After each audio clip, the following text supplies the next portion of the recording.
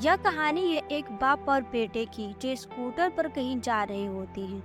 तभी बाप की नजर रोड के साइड पर इकट्ठे कुछ लड़कों के ऊपर पड़ती है जो कीचड़ में कुछ ढूंढ रहे होते हैं। वो अपना स्कूटर उनके पास ले जाते हैं और उनसे पूछते हैं, बेटे क्या कर रहे हो यहाँ पे?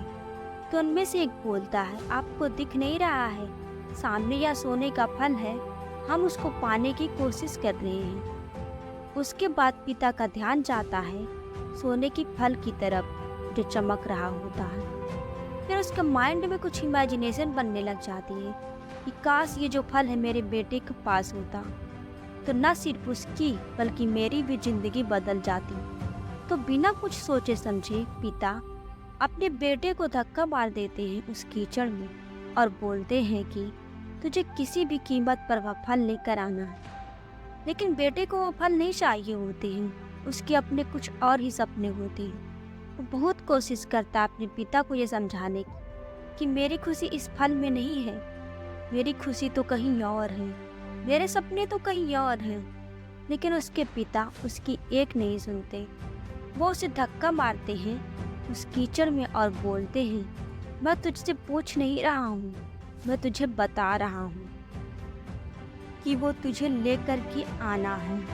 तो वो बेटा अपने बाप के सपने को सच करने के लिए अपनी पूरी जान लगा देता है और पूरी कोशिश करता है कि किसी तरह से वह सोने का फल उसके हाथ में आ जाए। लेकिन जैसे जैसे वो हाथ पैर मारता है उस फल को पकड़ने के लिए, वो और नीचे धंसता चला जाता है।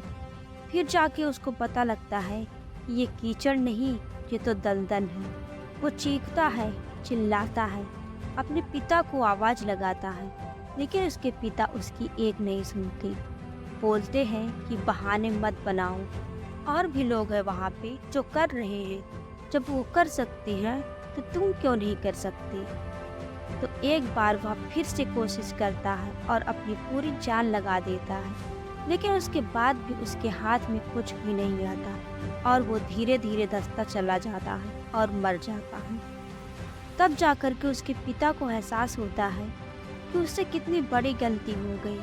वो कहीं बैठ करके रो रहा होता है, चीख रहा होता है और चिल्ला रहा होता है। तभी वहाँ पर एक साधु आता है और साधु उस आदमी से पूछता है कि तुम क्यों रो रहे हो? फिर वो आदमी उस सोने की फल की तरफ इशारा करते हुए उस साधु को अपनी पूरी बात बताता है और बोलता है, इसमें मेरी क्या गलती है? मैंने तो जो कुछ भी किया अपने बेटे के खुशी के लिए किया। तो वो साधु उस फल को ध्यान से देखता है और उस आदमी को कहता है, जिस सोने की फल की वजह से तुमने अपने बेटे को गवा दिया, कम से कम उसे एक बार ध्यान से देख तो लिया होता कि वहाँ पर कोई फल है भी या नहीं। यह सुनकर के उस आदमी को गुस्सा आया और उसने कहा कि इस सामने तो दिख रहा है फल, आपको नहीं दिख रहा है क्या? तब वो साधु उस कीचड़ के ऊपर एक पेड़ होता है जिसकी तरफ इशारा करते हुए बोलते हैं कि वो जिसे तुम देख रहे हो वो उस फल की परछाई है, असली फल वहाँ पर उस पेड़ के ऊपर है।